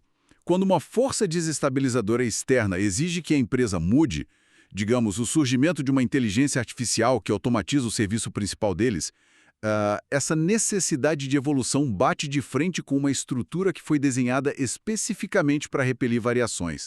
Para manter tudo exatamente como tá. Isso. E o conceito de sobredeterminação que vimos nas fontes ilustra isso perfeitamente. Sem dúvida. A sobredeterminação é essencialmente a biologia de uma empresa tradicional. A biologia, exato. Porque as organizações não são apenas um grupo de pessoas trabalhando juntas, né? Elas são malhas complexas de processos interligados, cujo único propósito histórico sempre foi garantir a previsibilidade. Ninguém gosta de surpresas num balanço trimestral. Nenhuma surpresa. Pense nos incentivos estruturais, tipo os critérios de recrutamento, os manuais de compliance, as métricas de avaliação de desempenho e, principalmente, a estrutura de bônus financeiro. O bônus mexe onde dói, né? Tudo isso é calibrado milimetricamente para manter a máquina operando no estado atual. Então, se um executivo tenta introduzir uma mudança radical, o próprio sistema de métricas trimestrais vai penalizá-lo por sair da curva de eficiência estabelecida. Caramba, então a organização pune a inovação em tempo real. Em tempo real, é automático. Sabe, é como tentar fazer uma curva em U, tipo uma curva super fechada, pilotando um navio cargueiro gigantesco. Nossa, ótima analogia. É que esse navio foi projetado ao longo de décadas com um único propósito: navegar em linha reta com o máximo de eficiência energética possível. O leme, o peso, o motor, o próprio design do casco lutam violentamente contra qualquer desvio de rota. Exatamente, a inércia é brutal. E o que me parece agravar esse cenário é aquela ilusão constante das lideranças de que podem mudar apenas a cozinha do navio sem afetar a velocidade da embarcação inteira. O chamado determinismo localizado. E se a gente conectar isso ao quadro geral das falhas corporativas, o determinismo localizado é talvez a armadilha intelectual mais comum entre CEOs e diretores. De achar que dá para isolar a mudança, né? Exato. Existe uma presunção muito perigosa de que você pode colocar a mudança numa caixinha. A liderança decide, por exemplo, que o departamento de vendas agora vai ser 100% ágil e autônomo. Lindo no papel. Lindo? Mas eles esquecem que as vendas precisam ser faturadas pelo financeiro, que opera com regras rígidas de 30 anos atrás. Sim, e que os produtos precisam ser entregues pela logística. Que otimiza rotas de forma totalmente inflexível. E aí o que acontece? O resto da empresa rejeita. Rejeita. Os outros departamentos agem exatamente como os seus glóbulos brancos atacando um vírus. Eles sufocam o departamento de vendas até que ele volte a operar no padrão antigo, restaurando aquela tão sonhada estabilidade geral. Mas peraí, deixa eu fazer um papel de advogado do diabo aqui rapidinho. Pode fazer. A estabilidade não é justamente o que paga os dividendos no final do trimestre? Tipo, se uma empresa viver em constante mutação com todos os departamentos superfluidos, ela não corre o risco de simplesmente colapsar por falta de governança? Essa é a tensão fundamental da gestão moderna. É o grande dilema. Como que os gestores lidam com o fato de que a mesma estrutura que garante a lucratividade de hoje é a âncora que impede eles de sobreviverem amanhã? Olha, a resposta para isso reside em entender o ciclo contínuo das forças desestabilizadoras. A estabilidade é lucrativa, sim, mas é temporária. Temporária. Quando o mercado muda, a empresa é forçada a tentar uma adaptação. Se a estrutura sufoca essa tentativa, como a gente acabou de descrever com o exemplo de vendas, a empresa retorna ao seu estado de repouso, mas com um detalhe crucial. Qual? Ela agora está mais fraca, tem menos participação de mercado e, pior, está com uma equipe cínica em relação a futuras tentativas de inovação. O cinismo da equipe. Lá vem eles com outra mudança que não vai dar em nada. Exatamente esse pensamento. E é por isso que a mudança precisa ser implementada através de uma abordagem sistêmica. a tal abordagem completa, e não de forma isolada. O que nos leva, irremediavelmente, né, para o abismo da psicologia humana. Com certeza. É a parte mais profunda. Porque se a estrutura de aço do cargueiro resiste, os marinheiros lá dentro resistem em dobro. E aqui a gente precisa falar sobre o ônus cognitivo. O trabalho clássico do Kaufman e do Robbins. Isso. O material deles deixa muito claro que a mudança em si é amoral. Quer dizer, ela não é intrinsecamente boa ou ruim. Mas para quem está na linha de frente, ela cobra um pedágio pessoal altíssimo. Altíssimo? E isso faz todo sentido biológico, sabe? A mudança exige que o profissional reveja ativamente como ele pensa, descarte rotinas nas quais ele era um mestre incontestável e gaste uma quantidade absurda de energia mental, criando novas conexões neurológicas para novos comportamentos. É exaustivo. Muito! O cérebro humano é uma máquina desenhada para economizar energia. O estado de estabilidade é neurologicamente confortável. Então, quando o gestor diz que a equipe está com preguiça, Ele está completamente errado. Portanto, a resistência não é apenas uma falha de caráter ou preguiça, como muitos líderes adoram rotular. É uma resposta biológica e psicológica natural à incerteza. e as formas como essa resistência se manifesta no dia a dia são fascinantes. Quando a gente olha para o mapeamento das reações inconscientes feito por teóricos como o Abrahamson, nós sabemos que as pessoas podem entrar num estado de revolta aberta. Sim, o confronto direto. Ou naquele saudosismo paralisante de achar que o passado era perfeito. Mas eu quero muito focar nas táticas mais insidiosas. A fuga, por exemplo. A fuga é um clássico. Pelo que entendi, não estamos falando do funcionário pegar as coisas e ir embora da empresa, né? Mas sim dele criar uma realidade paralela dentro do próprio escritório, certo? Certo. A fuga institucional é um fenômeno de percepção seletiva e de negação absoluta. Como isso funciona na prática? O departamento recebe os novos softwares, lê os novos manuais de conduta, assiste a todas aquelas apresentações coloridas da diretoria, As bate-palma no auditório. bate palma, tira foto, e no dia seguinte os funcionários continuam operando exatamente como faziam há 5 anos, utilizando planilhas ocultas para fazer o trabalho real. Planilhas ocultas. Nossa, quem nunca viu isso? Pois é, eles agem ativamente como se a mudança nunca tivesse ocorrido. Eles ignoram as novas diretrizes não por rebeldia declarada, mas por uma negação psicológica profunda de que aquele ambiente seguro deles foi alterado. Mas a cereja do bolo da resistência, que eu considero a parte mais perigosa de toda essa dinâmica, é a chamada cooptação. Essa é sofisticada. Muito. Pelo que entendi desse conceito na nossa fonte, não se trata de bater de frente com a mudança. É algo quase elegante. É abraçar a mudança com tanta força, mas tanta força, que você acaba asfixiando a iniciativa por dentro. Uma imagem perfeita. O abraço de urso na mudança. Mas me ajuda a visualizar isso no dia a dia. Tipo, como a gente diferencia uma equipe que está genuinamente tentando adaptar uma nova ideia à realidade da empresa de uma equipe que está usando a cooptação para sabotar o projeto? Porque isso soa incrivelmente maquiavélico. Olha, isso levanta uma questão importantíssima, viu? Porque a cooptação raramente tem cara de vilania. Tem cara de quê, então? Tem cara de zelo corporativo. De cuidado. Interessante. Imagine que a diretoria decide implementar uma transformação digital radical, certo? Certo. Os gerentes de nível médio que se sentem ameaçados por perderem o controle das informações, eles não dizem não. Eles dizem, excelente ideia, mas precisamos de um comitê de governança digital para garantir a segurança dos dados. E criam um comitê de burocracia. Isso mesmo. Então, eles criam um comitê que passa a exigir 16 assinaturas diferentes para aprovar a compra de uma simples licença de software. Eles estabelecem reuniões semanais de alinhamento de 3 horas, onde apenas se discute a matriz de riscos. E nada anda. Nada. Aos olhos de um observador externo, a empresa está respirando transformação digital. Tem até comitê. Mas, na prática, toda a energia vital, todo o orçamento e todo o tempo estão sendo drenados por uma burocracia criada especificamente para garantir que absolutamente nada mude. Uau! A cooptação dilui a energia da mudança usando as próprias ferramentas de gestão da empresa. É uma sabotagem institucionalizada disfarçada de governança. Brilhante e, muito assustador. E com esse nível de resistência ancorada na emoção, na preservação de energia mental e nessa estrutura de poder, fica óbvio que soluções cosméticas como Fazer um evento de lançamento com palestras motivacionais não tem a menor chance de sucesso, né? Nenhuma chance. É purpurina em cima de um problema estrutural. Exato. E é aqui que entra a urgência da tal abordagem completa que estamos investigando. Precisamos quebrar esse ciclo. E a literatura clássica invariavelmente nos remete ao modelo de 3 etapas do Kurt Lewin. Lewin estabeleceu as fundações da psicologia da mudança, né?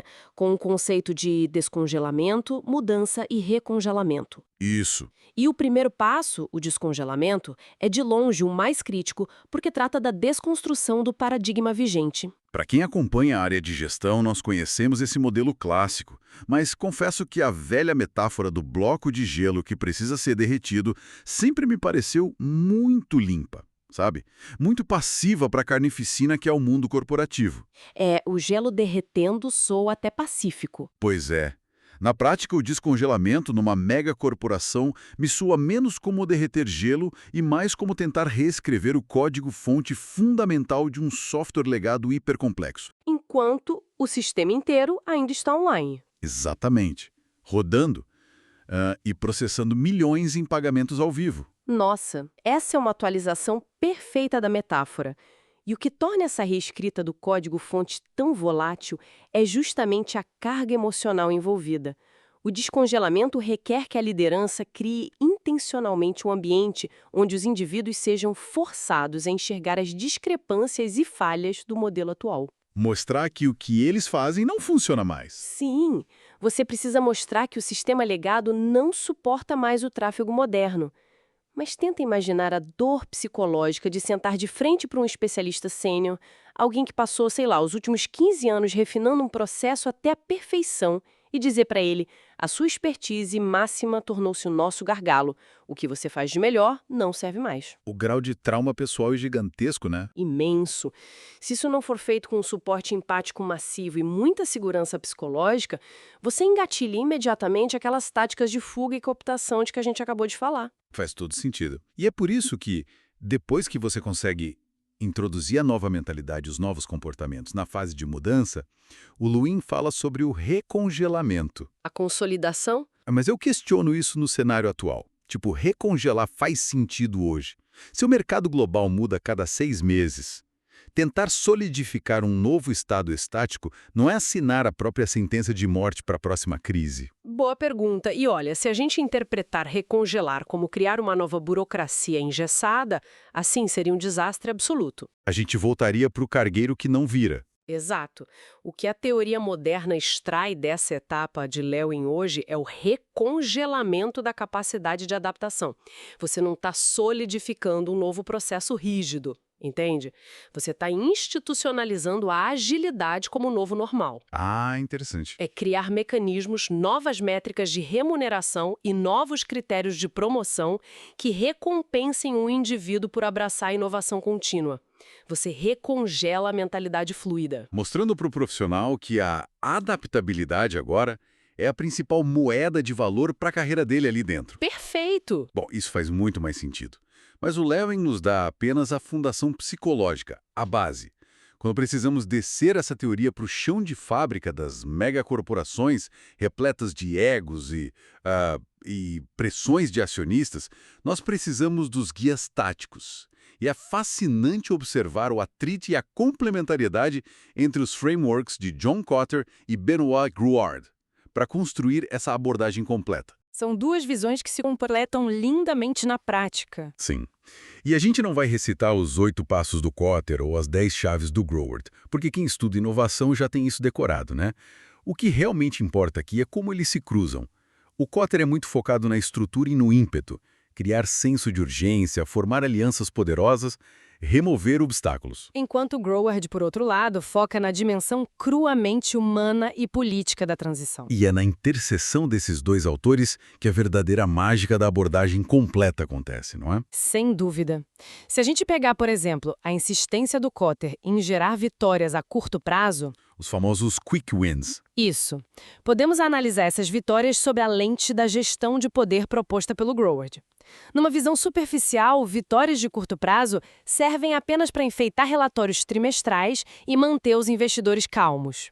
Fazer bonito na foto. Exato, mas na realidade nua e crua das dinâmicas corporativas, essas vitórias são a moeda de troca política mais valiosa que existe. Espera, deixa eu ver se eu acompanho esse raciocínio. A mudança redistribui o poder inevitavelmente. O diretor que controlava a tecnologia local perde poder para o novo sistema em nuvem global. E ele está aterrorizado com isso. Aterrorizado. Aí, se o projeto leva 2 anos para mostrar algum resultado prático, esse diretor tem 24 meses de tempo livre para usar a cooptação e minar o projeto por dentro. Exatamente isso. Então, as vitórias ao curto prazo não são apenas métricas. Elas são, essencialmente, subornos psicológicos para comprar o benefício da dúvida daqueles que estão perdendo influência. Você tocou no nervo central da política organizacional. O Growart é incisivo ao afirmar que poder e mudança estão em eterno conflito. Eterno conflito. Quando o equilíbrio é abalado durante o descongelamento, quem dominava as regras do jogo antigo fará de tudo para não ceder espaço. Agora, se a coalizão que lidera a mudança entrega um resultado inegável e positivo nos primeiros 90 dias... Aí fica difícil argumentar contra. Pois é, ela desidrata os argumentos lógicos da resistência. O gerente cético é forçado a admitir que o novo caminho gera valor. Essas vitórias provam de forma tangível que o barco não está afundando, reduzindo o medo generalizado e isolando politicamente os sabotadores. Jogando eles para o escanteio. Exatamente. Outro ponto do Gruard que se conecta brilhantemente com isso é a necessidade de uma comunicação ativa. Mas ele não descreve isso como o RH disparando uma newsletter padronizada com fotos de pessoas sorrindo apontando para um gráfico. Ah, não, longe disso. A newsletter é comunicação passiva. Ele fala em gerar uma explosão de ideias. Isso. Mas, vem cá, como uma empresa gigantesca lidera uma explosão de ideias durante uma transição crítica sem que a operação desmorone num caos improdutivo e totalmente anárquico? É que a comunicação ativa dentro da abordagem completa não é vista como uma via de mão única para informar os subordinados. Ela é uma ferramenta de transferência de propriedade. Como assim transferência de propriedade? Quando a liderança joga os problemas reais na mesa e instiga a debates abertos e francos sobre como implementar a mudança nas trincheiras de cada departamento, ela está psicologicamente convertendo passageiros assustados em co-engenheiros da nova rota. Eles passam a ser donos da mudança também? Exato. Quando o indivíduo sente que a ideia de como aplicar o novo processo também tem a digital dele, as chances dele recorrer àquelas táticas de fuga e negação despencam. Afinal, é muito mais fácil sabotar ativamente um plano que você mesmo ajudou a desenhar. Nossa, e isso existe um nível de maturidade absurdo da liderança, né? Para aceitar críticas e ajustar a rota em tempo real. Mas nada disso se sustenta se a gente esquecer a infraestrutura de apoio. O Groward crava que treinamento e supervisão são chaves inegociáveis. Inegociáveis, e é o que as empresas mais negligenciam. É o que eu frequentemente vejo dar errado no mercado. O CEO sobe no palco, faz um show, exige que a partir de amanhã todos tenham cabeça de dono e sejam tipo inovadores ágeis. Mas ele não altera o orçamento de capacitação 1 centavo. Nenhum centavo. Exigir comportamentos radicalmente novos, sem fornecer os andaimes técnicos e psicológicos para que as pessoas alcancem esse nível, isso só gera uma epidemia de ansiedade paralisante. É a receita pronta para o desastre, tanto clínico quanto financeiro. Sem treinamento intensivo, toda aquela teoria do Kotter e do Lewin desmorona. Vira pó. Vira pó. As pessoas podem até estar perfeitamente convencidas do senso de urgência. Elas podem ter aceitado a redistribuição de poder, mas se elas estruturalmente não souberem operar as novas ferramentas ou conduzir os novos ritos de gestão, o projeto vai travar na execução. Falta a perna técnica da coisa. Sim, a abordagem completa exige coerência sistêmica. Você inspira pela visão, neutraliza as resistências através de vitórias curtas, acolhe o medo com comunicação ativa e, principalmente, viabiliza a execução bancando o treinamento pesado. É uma engrenagem que tem que rodar junto. Exato. É administrar a dimensão emocional de forma pragmática, sabe?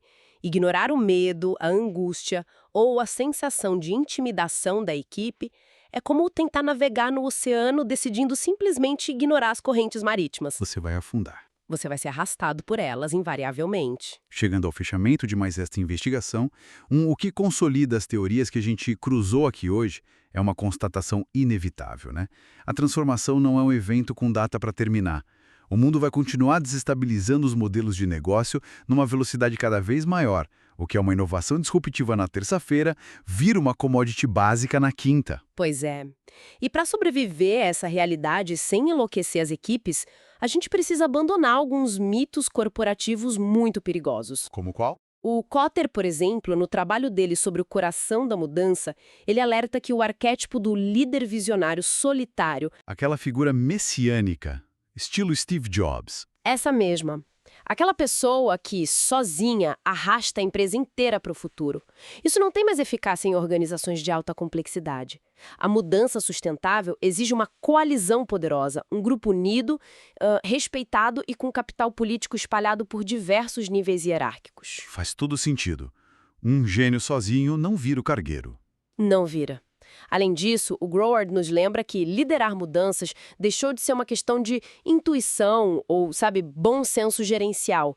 Exige domínio metodológico. Tratar um processo de transformação complexo com base no improviso é negligência executiva pura. De suma, para quem está nos ouvindo, adotar uma abordagem completa significa abandonar a miopia de focar apenas no organograma e nos softwares e passar a orquestrar simultaneamente a arquitetura de poder da empresa, o alinhamento das métricas de recompensa e, crucialmente, a gestão profunda daquele luto psicológico que acompanha a perda das antigas rotinas. Perfeito. A mudança não é uma planilha, né?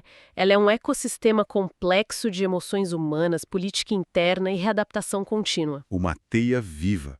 E, bom, analisando a fundo as engrenagens dessa imunologia corporativa que debatemos hoje, eu deixo uma provocação final, algo que vai até além das próprias metodologias do Kotter e do Greward. Manda. Se compreendemos que a essência biológica das empresas tradicionais foi forjada ao longo de um século inteiro com o propósito explícito de repelir o desconhecido e assegurar a estabilidade. Enquanto a nossa nova realidade econômica exige mutação ininterrupta, será que estamos chegando ao fim do conceito clássico de empresa? É uma reflexão pesada. Será que num futuro não muito distante, o nosso majestoso navio cargueiro rígido e sólido deixará de existir, dando lugar a uma economia formada puramente por frotas temporárias, corporações ultrafluidas, baseadas unicamente em projetos que se aglutinam para resolver um problema de mercado e se dissolvem no momento em que a maré muda? Frotas que se formam e se desfazem, né? Exato. E se esse for o destino, como você lidera e engaja pessoas numa estrutura que foi projetada desde o início para ser efêmera?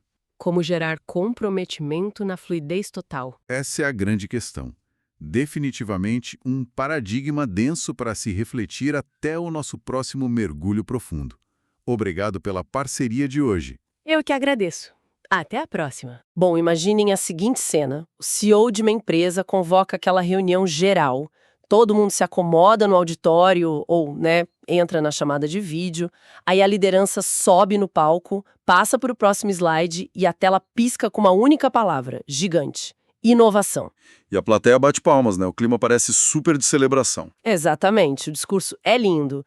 Mas assim, secretamente, metade da sala tá, apavorada com a possibilidade de ter que aprender um software totalmente novo. Com certeza. E a outra metade já está lá calculando como fazer para simplesmente ignorar o protocolo novo e continuar trabalhando exatamente como sempre fez. Pois é, no palco, a inovação soa como mágica.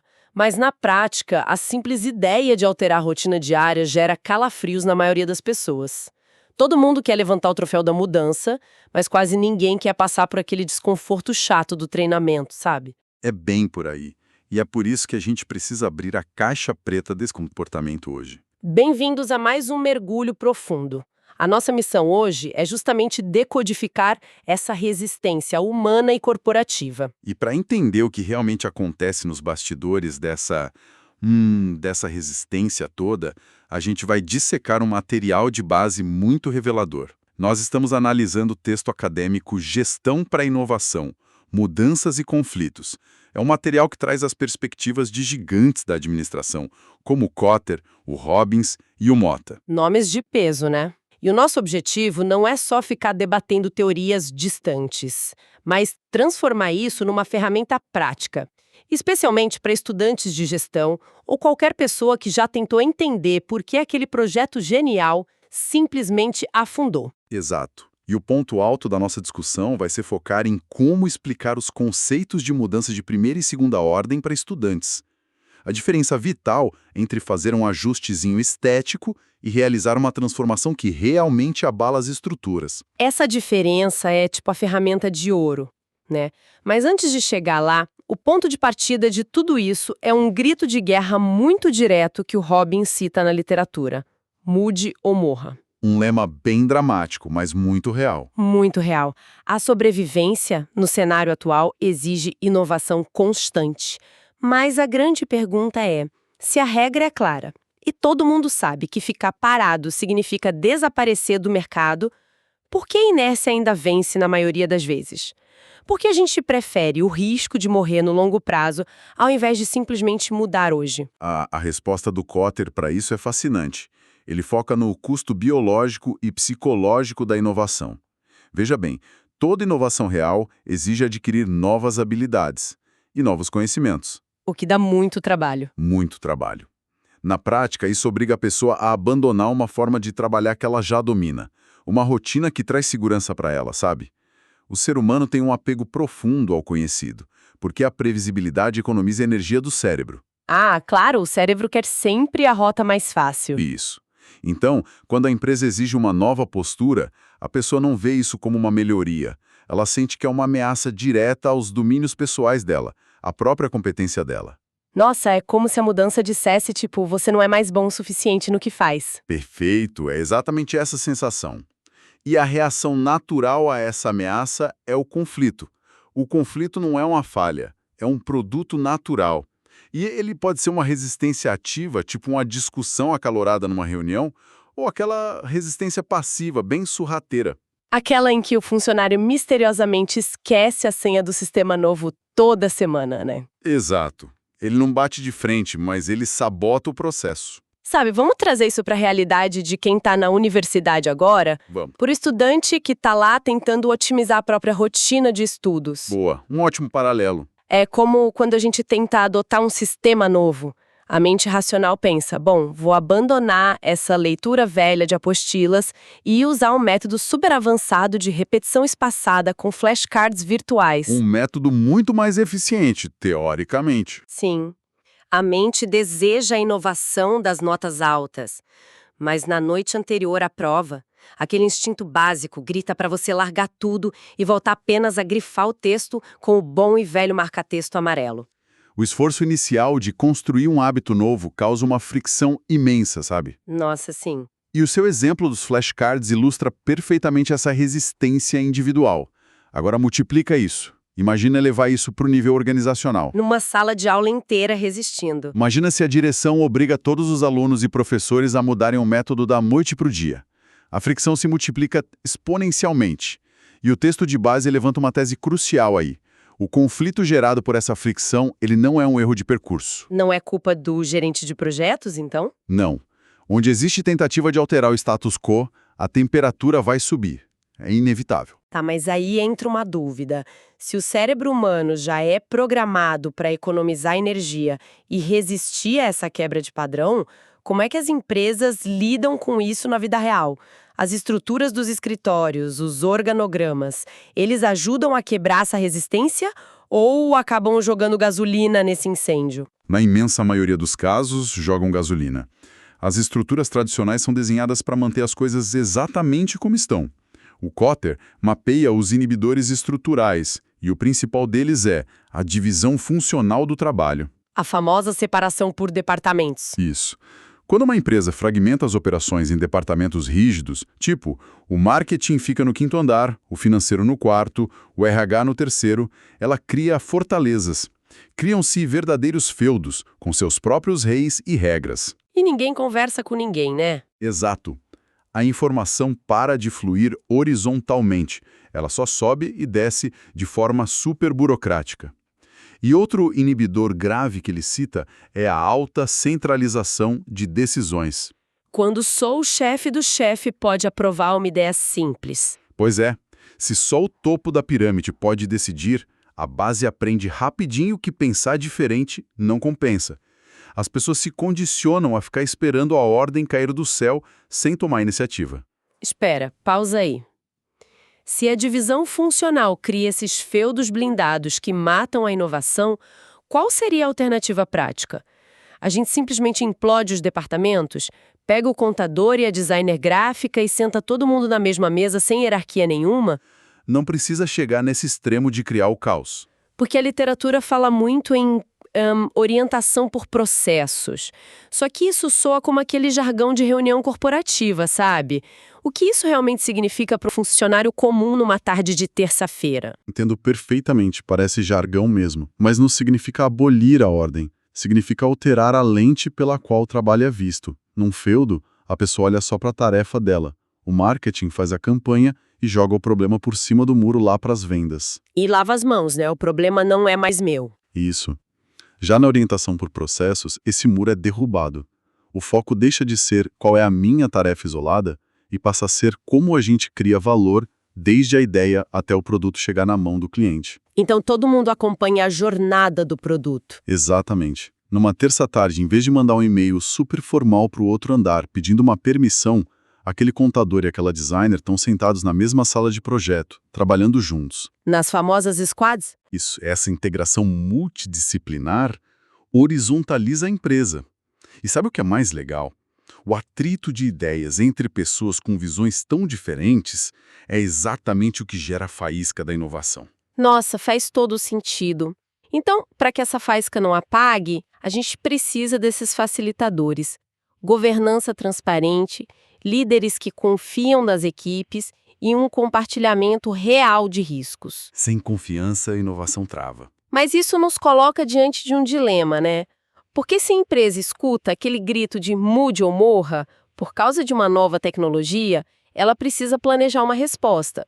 Só que nem toda resposta tem o mesmo impacto. Ah, chegamos no coração da nossa análise. Sim, e é aqui que a gente precisa explicar com clareza os conceitos para nossa audiência estudantil. A diferença brutal entre uma mudança de primeira ordem e uma mudança de segunda ordem. Onde a gente começa? Vamos começar pelo mais fácil. A mudança de primeira ordem. Essa é a grande armadilha da gestão moderna, porque ela é muito confortável. Ela é linear, né? Continua. Exatamente. Ela não altera as convicções fundamentais sobre o mundo ou sobre a organização. É um processo lento, sutil. Na prática, significa fazer exatamente o que a empresa sempre fez, só que um pouco mais rápido, mais barato ou com uma embalagem mais bonita. É uma otimização do passado. Tipo uma atualização de aplicativo no celular, da versão 1.0 para a versão 1.1. Perfeita analogia. Você só arrumou uns bugs, mas o sistema é o mesmo. Certo. E a mudança de segunda ordem? Onde ela se encaixa nessa história toda? A mudança de segunda ordem, bom, ela é a tempestade. Ela é multidimensional, acontece em vários níveis ao mesmo tempo e, o mais importante, ela é descontínua e radical. Ela quebra o padrão. Totalmente. Ela não tenta consertar o processo antigo. Ela exige que a organização redefina totalmente as convicções sobre a sua inserção no mundo. É a verdadeira inovação. Sabe, para cristalizar isso de forma bem visual para a galera da faculdade que está ouvindo, vamos voltar para aquele ambiente de estudos. Vamos lá, adoro esse exemplo. Uma mudança de primeira ordem seria o estudante perceber que está indo mal nas provas e decidir trocar a cor da caneta. Ou ajustar o horário estudando às 20 horas em vez das 19. Ele faz pequenos ajustes de logística. Isso! Ele ainda acredita profundamente que o aprendizado vem de ler um texto passivo e memorizar as coisas. São ajustes sutis na mesma rota que não causam estresse real. O modelo mental do aluno sobre o que significa estudar continua intacto. Exato. Agora, uma mudança de segunda ordem seria esse mesmo estudante perceber que o método passivo não funciona mais e ele decide simplesmente abandonar as aulas expositivas. Nossa, uma mudança radical. Sim, ele passa a adotar um modelo baseado em resolução de problemas práticos, busca mentores, começa a construir projetos reais, Ou, se a gente pensar numa escala maior, é a própria universidade abolindo o sistema de notas tradicionais. É redefinir totalmente a premissa de como a gente avalia conhecimento. É como parar de consertar os móveis e decidir demolir a casa para construir um prédio no lugar. Perfeito, demolir a fundação. E demolir assusta, né? Assusta muito. E a sua metáfora explica por que as empresas confundem tanto as duas coisas. Diante de uma ameaça imensa, como, sei lá, a chegada de uma inteligência artificial que faz o trabalho de todo mundo, muitas lideranças entram em pânico e aplicam mudanças de primeira ordem. Compram os computadores novos e dão um workshop de um dia. Exato. Fazem uma reforma estética e acreditam que estão a salvo. Elas escolhem isso porque a reconstrução estrutural geraria uma resistência incontrolável. Só que o Robbins avisa, essas pequenas melhorias contínuas não garantem a sobrevivência contra choques econômicos reais. O que nos empurra para a questão da execução, porque se a gestão respira fundo e decide, tá bom, a gente precisa de uma mudança de segunda ordem para não falir, quem é que assume o volante disso? O material fala muito sobre a figura dos agentes de mudança. Quem são eles? E, que botões eles podem apertar? Os agentes de mudança são os verdadeiros catalisadores. Podem ser os próprios executivos ou consultores de fora. E eles operam 4 alavancas fundamentais, sabe? 4 alavancas. Quais são? A primeira é a estrutura. Eles podem alterar o organograma, mudar quem responde para quem, mexer nas relações de autoridade. A hierarquia toda, entendi. A segunda é a tecnologia. É mudar os equipamentos, os softwares e como o trabalho é processado. A terceira alavanca são as instalações físicas, ou seja, mudar o ambiente e o arranjo do espaço mesmo. Olha, vamos detalhar o impacto dessa terceira alavanca aí, do espaço físico. Porque, à primeira vista, derrubar paredes de um escritório parece algo puramente logístico e de decoração. Como é que mudar o espaço físico realmente força uma mudança de mentalidade? O espaço físico é poderoso porque ele dita como as pessoas colidem umas com as outras. Se a empresa tem feudos e um monte de salas fechadas, a comunicação é sempre formal, né? Agendada. Você não encontra as pessoas por acaso. Exato. Mas quando o agente de mudança derruba as paredes e cria espaço de convivência cruzada, ele está forçando o funcionário do financeiro a cruzar com o desenvolvedor na máquina de café. Ele usa a arquitetura para destruir o inibidor do isolamento que o Kotter mencionou. Perfeito. Ele gera interações não planejadas que são o berço das soluções criativas, mas aí a gente chega na quarta e mais complexa alavanca de todas, as pessoas. O agente precisa modificar as atitudes, as percepções e as expectativas de todo mundo. Olhando para essas 4 alavancas, eu noto uma disparidade gigantesca. Porque mudar o organograma, comprar um software milionário, quebrar a parede, claro, dá trabalho. Mas são ações que você resolve com orçamento. São coisas tangíveis. Se assina o cheque, acontece. Mas tentar reconfigurar a mente das pessoas, as inseguranças delas, esse me parece ser o verdadeiro campo de batalha.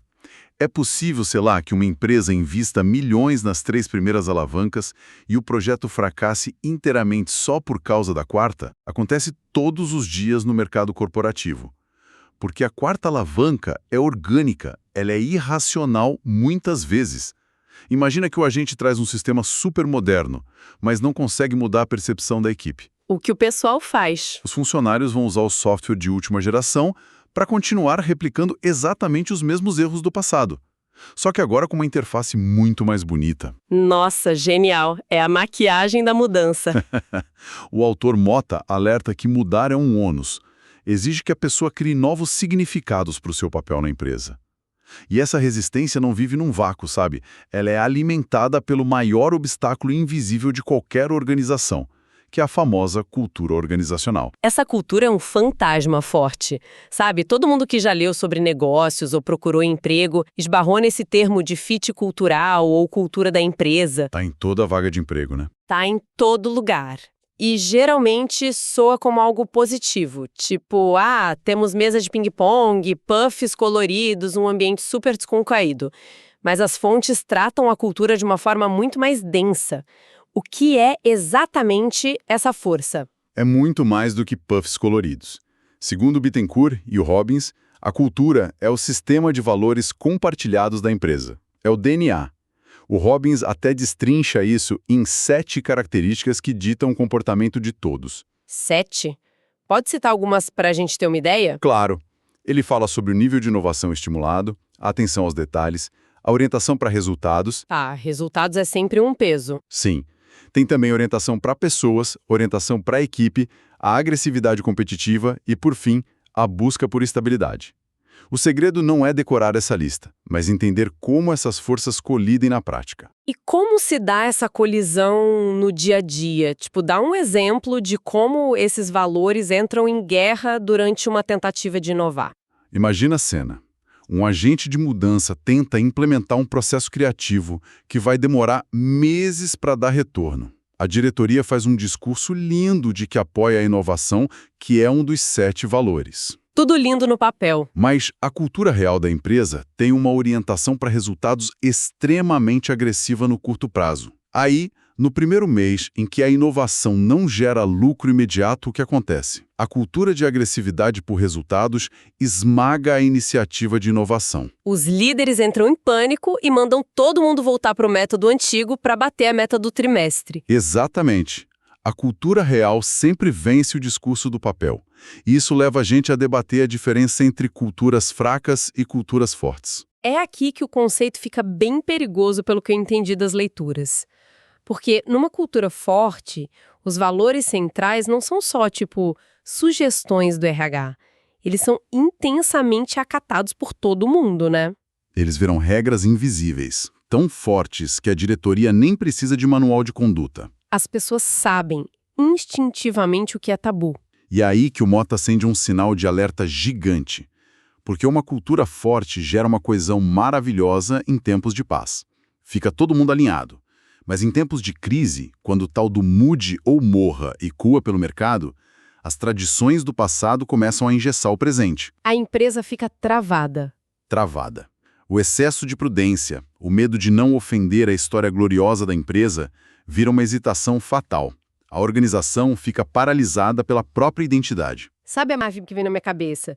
A cultura forte soa como uma espécie de gravidade organizacional. Gostei. Como assim? Ela que mantém tudo orbitando bonitinho, sem que as coisas saiam voando pelo espaço, garantindo a ordem no dia a dia.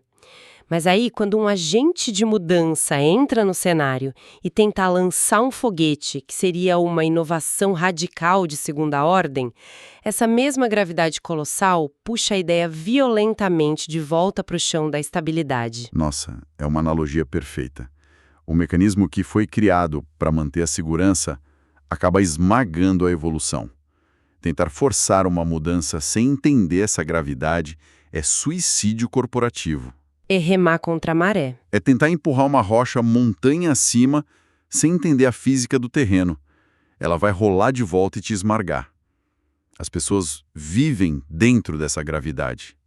Se a administração se apoia só em planilhas financeiras e ignora a ciência do comportamento, a cultura engole a estratégia no café da manhã. Sem dó nem piedade. Para conseguir implementar uma mudança de segunda ordem, o agente precisa desconstruir as ilusões da empresa, mostrar as fissuras na cultura atual e, principalmente, criar um ambiente seguro onde os funcionários possam experimentar esses novos significados sem o terror de serem punidos pela velha guarda, sabe? Bom, depois de toda essa discussão, a gente chega na fase de decantar tudo que absorvemos hoje.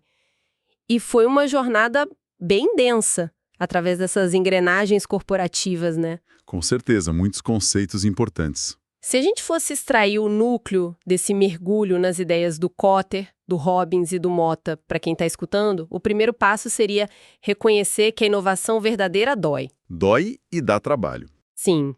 Para não morrer diante dessas pressões do mundo, a empresa não pode se contentar só com mudanças de primeira ordem, que são só aqueles ajustes estéticos, de cor de caneta, que não ameaçam as crenças de ninguém. Elas precisam de coragem para executar mudanças de segunda ordem, que redefinem o próprio propósito. E para ter sucesso nisso, não adianta só jogar dinheiro no problema. Comprar tecnologia e derrubar paredes é a parte fácil. A parte mecânica. Isso. O desafio real é enfrentar os feudos departamentais e gerenciar o lado humano.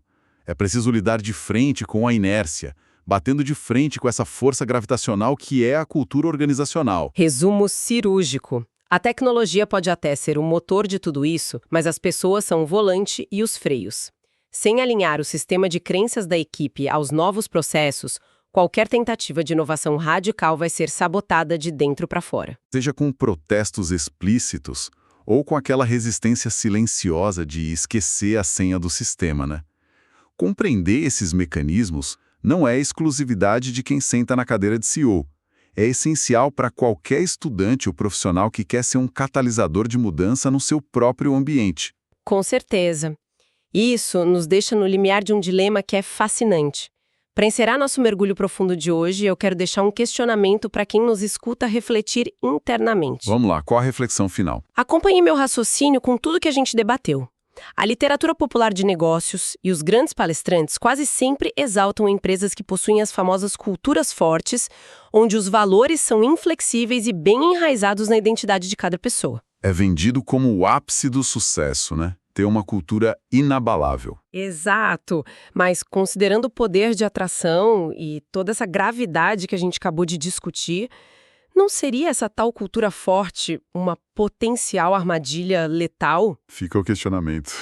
Afinal, se uma organização precisar desesperadamente de uma mudança de segunda ordem para não desaparecer, uma cultura extremamente sólida não seria exatamente o mecanismo que vai causar a ruína dela, por tornar quase impossível o desapego às glórias do passado? Fica aí a reflexão. Até a próxima!